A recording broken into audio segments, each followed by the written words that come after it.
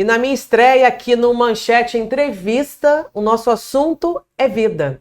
Eu recebo aqui no estúdio o Dr. Francisco Colucci, que é especialista em reprodução humana da Clínica Embrionar. Dr. Francisco, seja bem-vindo. Obrigado por aceitar o nosso convite. Obrigado, Paulo. É um prazer estar aqui, uma responsabilidade grande estar inaugurando o seu podcast. Um abraço também, uma saudação para os seguidores da Manchete. E falar sobre fertilidade é sempre muito bom. É aquilo que a gente gosta. Falar sobre vida é sempre muito bom, sobre né? vida, falar sobre experiências, sobre compartilhamento de sentimentos, que a fertilidade hoje está envolvida com isso. É muito bom. Eu já quero começar aqui a nossa entrevista perguntando, a gente vê muitas clínicas vendendo, digamos, uma ilusão. A gente que lê um pouco mais, conhece um pouco mais do assunto, já conversamos por diversas vezes sobre esse tema. Essas clínicas, elas vendem para os seus pacientes que a fertilização ela vai ser certeira, ela vai acontecer logo de cara. A gente sabe que isso não é verdade, né? Não, isso não é verdade. E, na verdade, é uma grande mentira, né? Antes de ser uma inverdade. Infelizmente, a gente não consegue ultrapassar o limite biológico do ser humano. Lógico que com a reprodução assistida isso avançou muito. Hoje a gente consegue alcançar entre 40% e 50%, dependendo da situação do casal. Por isso que é importante o casal ter uma avaliação ampla do ponto de vista médico, do ponto de vista psicológico, para poder, assim, definir uma chance específica naquele caso, inclusive naquele momento, no mesmo casal. Quando a gente pensa em fertilização, congelar os óvulos, por exemplo, aos 30 anos, isso vai ser uma garantia de que lá no futuro essa gestação possa acontecer? Não, o congelamento de óvulo eu acho que é uma das grandes ferramentas que a reprodução assistida trouxe e ela preserva um potencial de fertilidade futura, né? Geralmente o congelamento começou principalmente naqueles casos onde o câncer estava associado e poderia comprometer a fertilidade da mulher. Hoje é um congelamento social. As pessoas congelam para preservar um potencial reprodutivo futuro, mas não é a garantia da gestação, é a garantia de uma possibilidade futura. Com tantos anos de experiência, sendo especialista em reprodução humana, cuidar de vidas, em ajudar a gerar vidas, já deve ter tido provavelmente algum caso, né, de casais que tentaram inúmeras vezes fazer esse processo, tiveram um insucesso, digamos assim, e que depois conseguiram engravidar de forma natural.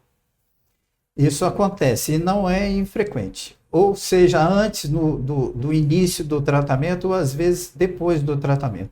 O próprio momento do tratamento de reprodução, ele traz um aconchego para o paciente que está passando por um momento de desilusão, de frustração por não conseguir. Essa calmaria, vamos dizer, que pode acontecer, pode proporcionar um ambiente mais adequado e ela conseguir engravidar. No decorrer, após o tratamento, vamos dizer assim, isso eu acho que é mais frequente, porque às vezes a própria medicação que a gente usa para estimular o ovário, ela corrige pequenos defeitos que a gente não consegue diagnosticar com os exames corriqueiros. Então, 1 mês, 2 meses depois, ela surpreendentemente aparece grávida, que é da melhor forma possível, né? Qual é o limite hoje para se buscar uma gestação, né, limite de idade, a gente buscar um profissional e buscar ajuda médica para que consiga gerar uma vida? Olha, a idade é o principal fator de fertilidade na espécie humana. Então, a idade, principalmente a idade da mulher.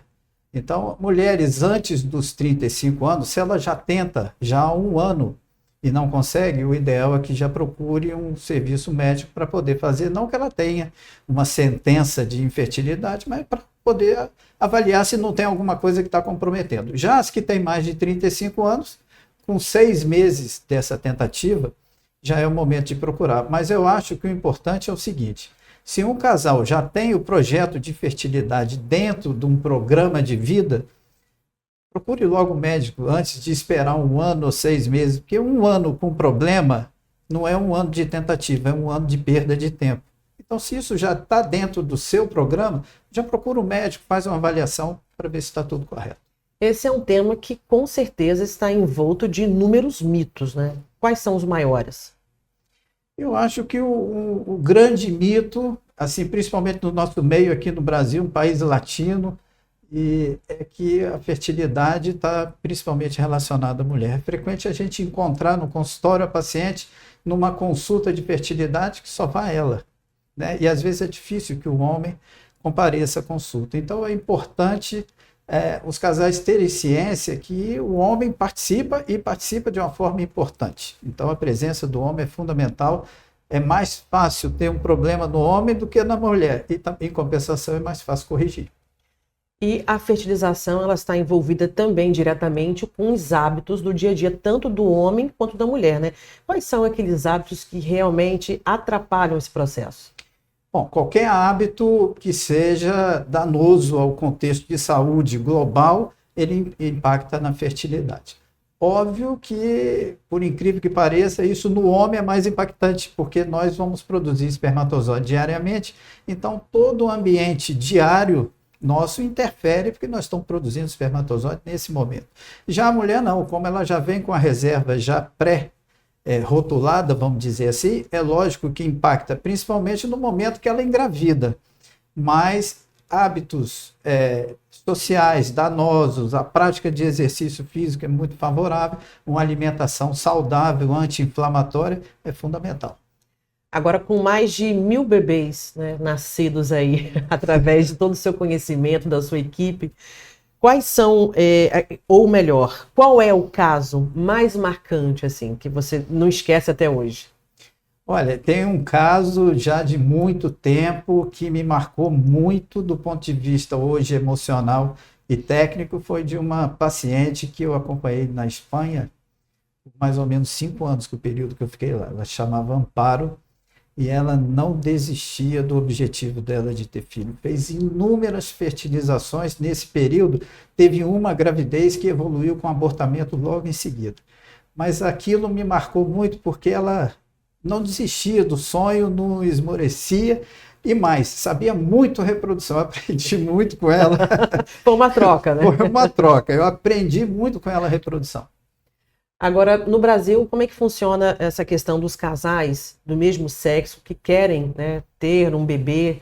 Como é que... A gente sabe que existe muito preconceito, né? Mas o que eu quero que o senhor fale agora a respeito não é nem questão do preconceito, é de como funciona essa questão. Óbvio que todos têm o direito reprodutivo, isso é um direito garantido constitucional.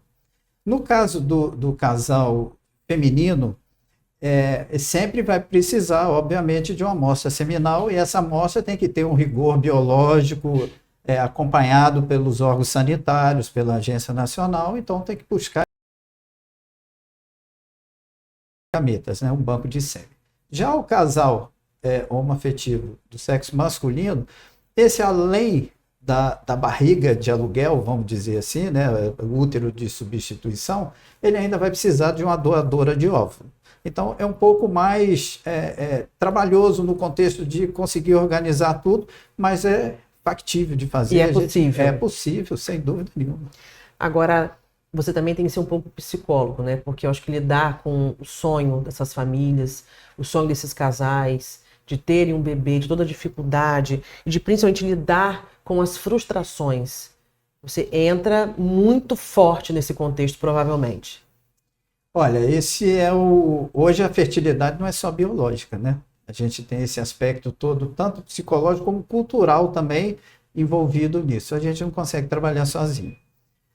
Eu posso dizer para você que aqui em Campos foi um dos primeiros serviços no Brasil a ter psicologia de forma, vamos dizer, obrigatória. A gente fazia de tudo para que o paciente passasse no psicólogo, porque isso influencia muito. As pacientes que já chegam para a fertilização, ela já chega com uma caminhada. E ela chega com uma bagagem cultural, uma cobrança, a gente não sabe, de família, às vezes propriamente no relacionamento. Do próprio parceiro, do né? próprio parceiro. Então isso a gente... Com certeza o médico não consegue tirar isso no consultório. A gente está ali, tem que ser bem objetivo, ver qual é o problema. Muito técnico, muito né? técnico, mas tem que ter uma equipe por trás para poder fazer esse filtro para a gente. Isso impacta muito. E hoje a reprodução envolve muito essa questão psicológica. A gente sabe que a evolução na medicina é constante no mundo inteiro. Na reprodução humana não é diferente. Quais são as maiores tecnologias hoje? Olha, a maior tecnologia um tempo atrás, aí, foi a microinjeção de espermatozoide. O que ela fez? Ela possibilitou aqueles casais cujo marido tinha um problema de sêmen muito grave de conseguir ter filho, porque antes não conseguia só com a fertilização convencional. Isso foi uma revolução. Logo depois disso, eu acho que o último é o congelamento de óvulos. Porque vocês, mulheres, vocês comandam o mundo, né? Primeiro, vocês resolveram quando que vocês vão ter relação sexual e com quem? Com anticoncepcional. Agora vocês resolveram a dizer quando que vocês vão ter filho, né? Com 40, com 50, com 30, congelando o óvulo. Então, eu acho que a técnica de vitrificação revolucionou. E aqui no interior é possível? Olha, isso é uma boa pergunta, porque a gente está aqui no ambiente do interior, longe da capital, mas eu quero dizer uma coisa para vocês. Para engravidar só tem um jeito, o jeito que Deus criou. Então, para você engravidar aqui ou na Groenlândia, é a mesma coisa. E os materiais que usam lá e usam aqui também são os mesmos. Então, hoje, uma clínica de reprodução, raramente ela não vai oferecer todos os serviços de reprodução. Aqui a gente oferece todos os serviços na Embrionar, inclusive alguns que são exclusivos daqui, que foram desenvolvidos aqui. Nós temos a separação de espermatozoides por DNA com anexina, foi feito aqui. O IVO é uma técnica de fertilização que foi desenvolvida aqui em Campos, é campista. Então, a gente oferece todos esses recursos, como todas as outras clínicas. E não precisar sair do Brasil ou nem ir para a capital é sensacional.